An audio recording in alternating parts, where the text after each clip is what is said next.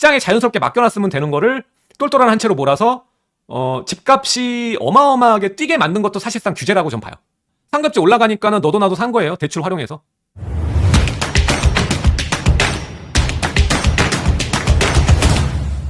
안녕하십니까 시청자 여러분, 놀라운부동산 놀부입니다. 나라가 정말 어디로 가는지 모르겠습니다. 또 추가 대출에 대해서 언급이 나왔고, 현재 가계부채 증가 속도는 둔화됐지만 여전히 가계부채는 증가하고 있는 수준이고, GDP 대비했을 때 이미 100%를 넘어가는 수치가 그대로 유지되고 있는 상황이기 때문에 사실 금융당국에서도 가계부채 관리를 안 할 수가 없는 상황입니다. 안 할 수가 없는데, 사실 여기에 타격을 받는 게 결국에는 이 서민층, 취약계층 이분들이 주거비 인플레이션에 그냥 내던질진 최악의 상황까지 지금 가고 있는 것 같습니다. 지금 돈이 말라가고 있다고 딱 표현하는 게 맞는 것 같아요. 시장에 돈이 말라가는 그 중간 단계. 왜냐면 지금 수도권이나 아니면 서울의 중급지 이하 단지들은 회복이 더디고 거래량도 사실상 그 상급지에 비해서는 큰 호황을 누리지 못하고 내려 가라앉는 그런 모양새를 보여주고 있거든요. 그게 뭐냐면 결국에는 상급지의 반등을 강하게 했던 것들이 대출에 대한 그 유동성 플러스 내 집을 매도한 갈아타기. 그렇죠. 일단 내 집 판돈 플러스 대출, 요걸 활용해서 넘어가는 수요자가 굉장히 많았고, 상급지가 가파르게 올랐죠. 가파르게. 딱 7월까지예요. 사실 상급지가 많이 움직인 거는. 요때 정말 두세 달 상당간에 미친 듯이 올랐거든요. 5억 10억이. 그래서 이때 이게 주요 작용을 했던 거죠. 근데 대출을 딱 막으니까 내 집 판돈으로는 갈아타기가 안 되거든요. 그러니까 지금 그게 시장 영향을 만들어내고 있고, 돈이 말라간다는 느낌 드는 게 이거예요. 그리고 내 집 팔아봐야 이게 지금 안 되니까 갈아타기 할 수 없고, 또 추가로 무주택인 분들이 뭐 하급지나 이런 데 힘이 되죠. 갭 메우기를 해줘야 되는 얘네들. 전세가가 너무 올라가니까 하급지를 사서 그냥 내 집 마련을 해야겠다는 수요를 자극하지 못하는 상황인 거죠. 그리고 생각보다 전세가가 그동안 덜 올랐어요. 많이 안 갔거든요. 예상보다는 덜 갔습니다. 그러다 보니까 그냥 계약 갱신하거나 내 집 마련에 나서는 수요가 감소됐다. 대출 규제 때문에. 그렇게 표현하면 될 것 같아요. 이게 딱 정확한 것 같아요. 결국에는 이렇게 되면 조정 및 하락이 무조건 나올 거고요. 시간이 어느 정도 흐른 뒤에는 현금 있는 사람에겐 기회가 또 올 수 있다. 대출 없이 대출 활용하지 않고 대출 규제 완화되기 전에 시장 조정이 되겠죠, 먼저. 그리고 그게 상당 기간 동안 진행이 될 텐데, 대출을 받지 않아도 되시는 분들은 좋은 가격에 또 매수할 수 있는 기회가 펼쳐지겠죠. 짧게 보면 12월이라고 볼 수 있겠고, 1월부터는 다시 대출이 좀 풀릴 수도 있어요. 자, 규제를 한 지 이제 한 달이 좀 지났습니다. 그래서 거래량이 일단 감소됐죠. 그래서 서울 아파트 숨고르기 이런 기사, 대출 규제 때문에 거래가 뚝 끊겼다, 뭐 이런 내용. 그리고 8월에 서울 아파트 거래가 30% 감소되었다. 이것은 대출 규제 영향이다. 이런 기사들이 있고요. 또 금리가 최근에 인하가 됐잖아요. 미국 금리도 인하됐고 한국은행도 금리를 꺾었기 때문에 이제라도 사야 될까요? 3년 8개월 만에 금리 인하, 부동산 시장 앞으로 어떻게 될 것인가, 이런 기사도 있습니다. 자, 현재 시장 상황 거래부터 살펴보시면요. 아파트 거래량 보면 7월에 피크를 찍고 7월에 8,900건, 9,000여 건 가까이 됐다가 8월 거래량이 이제 6,200건 이 정도로 해서 30%가 다운이 된 거고요.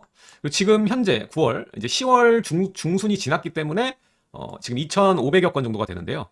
이미 지금 우리가 가늠해 볼 수 있는 수치는 약간 4,000여 건 내외 정도, 이 정도로 내려앉지 않을까 생각을 해볼 수가 있습니다. 또다시 한 30%가 또 감소하는 그 정도 영향이라고 보시면 되고, 더 우리가 문제로 봐야 될 건 10월 거래량이에요. 10월 지금 중순인데 집계량이 370여 건밖에 되지 않습니다. 굉장히 적은 수치고요. 이 정도 수치면은 거의 이 정도 보시면 될 것 같아요. 3,000여 건 이내, 이 정도, 이 정도로 10월이 집계되지 않을까, 이렇게 우리가 예상을 해볼 수가 있습니다. 자, 그러니까 어쨌든 간에 지금 급격하게 거래량이 감소하는 건 맞아요.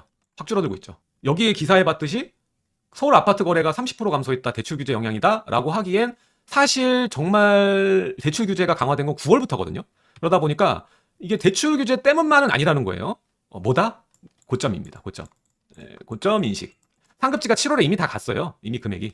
그래서 압구정이나 이런 데 보면 7월에 그 6월, 7월, 5월 달부터죠. 대부분 이때부터 불장이 만들어지고 7월에 거래가 된 이후 급격하게 좀 식는 모양새 보여주고, 최근에 거래가 그래도 강남권 기준으로 신고가로 거래가 되는 물건들이 있다 보니까 거기서 거래된 게 또 압구정을 기웃거리고 있는 모양새는 지금 보여지고 있습니다. 근데 가격이 압구정은 하나도 빠진 게 없어요. 그나마 저가 거래가 좀 나왔고. 어쨌든 시장 상황은 이렇습니다. 제가 한마디로 평가드리자면 대출 규제죠. 대출 규제. 돈 빌리는 금액을 줄였고 이자도 올려놨고, 두 번째로는 고점, 아파트가 싸지 않고 이러한 영향으로 인해서 연말 상황은 좋지 않을 거다. 연말은 조정, 조정, 하락, 이렇게 우리가 볼 수 있어요. 이 얘기를 드리면서 추가 규제에 대한 이야기 한번 해보겠습니다. 자, 지금 금융당국, 한국은행 마찬가지입니다. 가계부채 증가를 막아라. 가계부채 증가를 막으라고 하는 그 이유는 뭘까요? 이게 지금 은행권에 주문하는 거예요. 금융당국에서는요, 집값이 올라가고 떨어지는 거에 대해서 강하게 민감하게 반응하진 않아요. 사실 본질적인 이유는 뭐냐면 우리나라 경제적인 이유 때문에 그렇습니다. 집값에 지금 상당 대출이 지금 펼쳐져서 그 가계대출이 폭증했잖아요. 지금 8월 달만 해도 10조? 이렇게 올라가게 되면은 뭐가 상승해요? 가계에서 부채를 감당해야 되는 감당 이자가 커지죠. 그러면 경기가 어떻게 되겠어요? 침체되는 쪽으로 가겠죠. 나는 집을 샀으니까 이번에 정말 사람이 살면서 가장 비싼 게 뭔가요? 집이죠. 가장 중요한 선택이.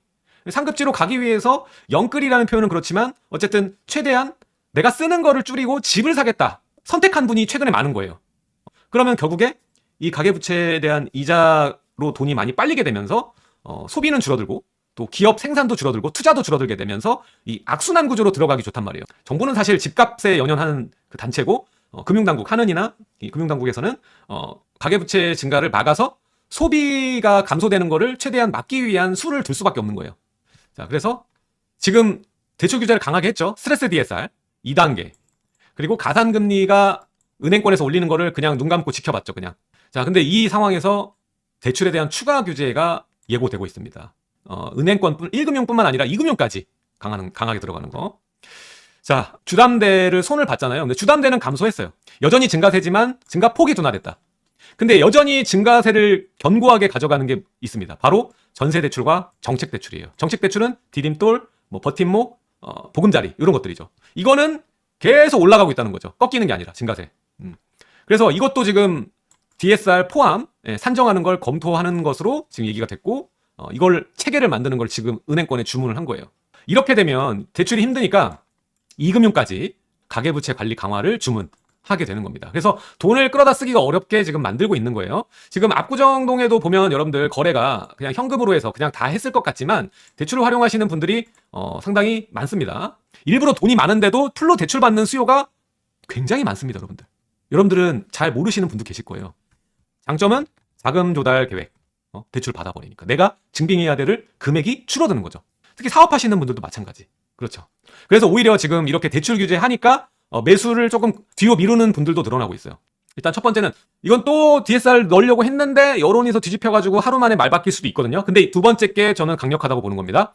2금융 가계부채 관리 강화 이게 나왔던 거예요. 그러면 아까 제가 말했던 풀대출로 해가지고 우리가 규제 지역 50%밖에 못 빌리는 거를 추가로 빌릴 수 있는 금액이 확 줄어들 수 있다는 거죠.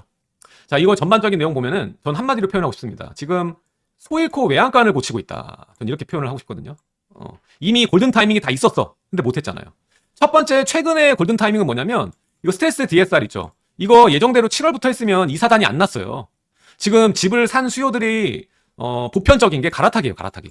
무주택자가 상급지 바로 샀을 것 같아요? 아니에요. 중급지에 있다가 갈아타신 분들이란 말이에요. 마포, 성동구, 송파구 있다가 강남, 소초 들어오신 거란 말입니다. 그래서 내 집을 팔고 플러스해서 그 대출을 받으신 분들이란 말이에요. 그래서 옮겨 탄 거란 말이에요. 스트레스 DS를 예상대로 7월에 했으면 이렇게 나오지 않았단 말이에요. 지금 가장 많이 올랐고 고점을 최근에 찍은 게 7월이란 말이에요. 7월. 지금 가장 문제되는 시즌이 7, 8월이에요. 7, 8월. 만약 스트레스 DSR이 7월에 들어갔다면 이 정도까지 오지 않았다라는 거죠. 그 외양간 고친다는 게 대출 규제죠. 대출 규제. 근데 이 외양간을 고치는데 서민 대출을 건드리고 있다는 거지. 디딤돌, 버팀목, 그리고 전세자금 대출 뭐 이런 거. 의미 없다는 거죠. 고쳐봐야. 의미 없다. 자, 일단 소를 잃었던 이유부터 얘기를 해보죠. 첫 번째, 신축 공급이 부족한 거. 이거 윤석열 정부 들어와서 얘기했던 게 뭐예요? 다 풀겠다고 했어요. 규제를. 시장 정상화를 얘기했단 말이에요. 시장 정상화. 근데 지금 푼 거 뭐 있어요? 하나밖에 없어요. 하나. 양도세 중과 완화. 이거 말고 풀린 게 하나도 없어요. 정권 초기 5월달 하나. 그 나머지들은 사실상 풀었다고 하는 게 우리가 좀 괜찮다고 봐야 되는 건 재개발, 재건축의 뭐 완화인데 여전히 이거 발목 잡고 있는 것들이 있죠. 그래서 반쪽짜리. 그리고 두 번째, 그러니까는 뭐 취득세 중과, 보유세 중과 여전하죠. 종부세도 지금 일부만 풀렸죠. 나머지는 그대로 있습니다. 양도세도 한시적이잖아. 나중에 다른 정권이 잡았을 때 민주당이 또 잡으면 양도세 부활하겠죠. 한시적이니까. 부활도 할 거 없어. 그냥 한시적 배제 완화 종료되는 거야, 그냥. 바보 아니고서 알지. 그러니까 어떻게 다 주택 똘똘한 채 가자는 거야, 지금. 상급지 수요 쏠림을 하고 있는 거예요. 풀린 게 없기 때문에. 그리고 이 한 채를 제일 좋은 거 살려면 뭐 해야 돼요? 카테고리가 상급지 신축이야. 이렇게 교집합인 자리가 제일 비싸요. 어디예요? 원밸리 아니에요, 원밸리. 이 공식이 조성되는 거예요. 다음 신축은 뭐야? 그럼 반포에 저기 있는 반포 1, 2, 4주구, 3주구 해서 반포주 01. 여기가 다음 대장이 되는 거지. 원래 우리가 이전에 보면은 이전 하락기 2013년 마지막 이때 보면은 강북하고 강남, 남하고 북의 가격 차가요. 그냥 2배 정도 수준이었어요. 2배. 근데 지금은 4배, 5배예요. 4배, 5배. 양극화가 그래 달했다. 자, 그리고 레고랜드 사태 이후 2년 넘게 이 PF 부실을 지금 방치하고 있죠. 아, 레고랜드 사태 지금도 생각하면은 아찔하다. 이때 나라에서 돈을 풀어가지고 지금 그때 둔촌주공도 살리고 채권도 살리고 하면서 나라 돈 풀어가지고 했죠. 이렇게 풀린 돈들이 어디에 가요? 코로나 때부터 결국에는 주식을 지나 채권을 지나 부동산으로 다 모였다. 헤쳐 모여. 지금 부동산에 운용되는 금융이 2,900조입니다. 자, 이게 GDP 대비했을 때 116%, 120%예요. 역대 최악이라고 보시면 돼요. GDP 대비했을 때 부동산 금융이 강하다는 말을 바꿔서 얘기하면은 내수 경제의 악화를 만드는 구조라는 거예요. 진짜 심각할 수도 있어요, 여러분들. 앞으로 경기 침체가 미국이 이제 대선 끝나고 얘네들이 대선 끝나고 돈을 푸냐 안 푸냐에 따라서 또 달라질 거예요. 시장에 자연스럽게 맡겨놨으면 되는 거를 똘똘한 한 채로 몰아서 집값이 어마어마하게 뛰게 만든 것도 사실상 규제라고 좀 봐요. 상급지 올라가니까는 너도 나도 산 거예요. 대출 활용해서. 다른 말로 표현이 안 됩니다, 여러분들. 그러면서 결국에 GDP 대비했을 때 이 120%라는 수치를 끌어내리기 위한 모든 조치를 지금 하고 있는 거거든요. 그러다 보니까 결국에는 이것까지 규제를 해야 되는 거야. 결국에는 취약계층 서민들의 대출도 규제를 해야 되는 상황까지 간 거다. 지금 이렇게 한다고 해결이 될까? 대출 규제한다고? 아닙니다. 해결할 수 있는 거는 집값의 왜곡을 잡아야 돼. 왜곡. 집값이 조정이 건강히 와야 된다라는 거예요. 저 말은. 그 상급지로 몰린 돈은요. 상급지로 몰린 돈은 어떻게 풀리냐면 상급지도 신축이 있고 구축이 있을 거 아니야. 상급지보다 또 조금 빠지는 신축이 생기면 거기로 돈이 또 몰려요. 나눌 수 있다라는 거예요. 그렇기 때문에 지금 해결하는 거 결국 서울의 이 수도권의 신축주택이 원활하게 공급이 좀 돼야 된다는 거예요. 그러면 전세가나 매매가도 분산이 되면서 수요 분산이 되면서 자연스럽게 내려 깔린다라는 거죠. 그래서 지금 이게 해결책입니다. 더 완화를 해야 됩니다. 시급하다. 수도권은 3기 신도시 이거는 분상제가 없어져야 돼요. 지금 분상제. 이거 안 뽑으면 안 돼요. 지금. 제일 먼저 털어야 되는 게 지금 대출 규제가 아니라 분양가 상한제를 뽑아야 돼요. 그래야 강남의 로또 분양도 없어지는 거예요. 강남의 미분양이 나야지 가라앉아요. 이게 제일 나쁜 거예요. 자, 하여튼 이게 지금 제일 시급하다. 대출 규제 이거 취약계층 이거 막는다고 해결될 게 없다라는 거죠. 자, 그리고 이거는 뭐 바라지도 않지만 문제점입니다. 취득세 중과 이것 때문에 수요가 갈아타기밖에는 나올 수가 없는 거예요. 그러면 당연히 앞으로 약진이지. 하급지일수록 안 오르고 상급지일수록 많이 오르는 시장 구조예요. 갈 때까지 간 거야. 근데 취득세 중과가 없으면 여기에도 집을 사요. 투자용도 월세 받으려고 아니면 전세 놓으려고 사는 수요가 있단 말이에요. 그러면 여기에서 살고 있던 분도 자연스럽게 갈아타기가 가능하거든요. 그리고 집이 있는 분들 중에서 그냥 2, 3억 들여서 뭐 사놓고 나중에 자녀분 주려는 그런 분들도 계시잖아요. 아니면 자녀 이름으로 사놓고 이런 분들 있잖아요. 이런 수요가 있어야 밑에 있는 사람도 갈아타기 원활하게 되면서 시장이 자연스럽게 흐르지. 자본주의답게. 근데 이게 이렇게 되니까 결국 결과는 이거예요. 끝까지 온 거야 지금. 더 이상의 끝이 없어. 최악의 시기라고 보시면 돼요. 하급지는 이미 갈 사람은 갔어. 상급지는 올 사람 다 왔어. 그러니까 가격이 이렇게 된 거예요. 이게 이 중과 때문에 그래요. 중과 때문에. 중과 때문에 끝까지 왔다. 골맞다. 터지기 직전이다. 그리고 종부세도 마찬가지. 양도세도 마찬가지입니다. 이게 없어져야 될 자본주의 역행 악법이에요. 이게 아주 기본적인 거죠. 이게 풀려야 됩니다. 이게 풀려야 자연스럽게 이동이 잠깐 아무거나 사지 마세요. 매수 전 꼭 상담 받으세요. 돈 되는 부동산 알려드립니다. 소액으로 아파트를 받는 기막힌 전략과 입지 특강 신청은 아래 고정 댓글 클릭.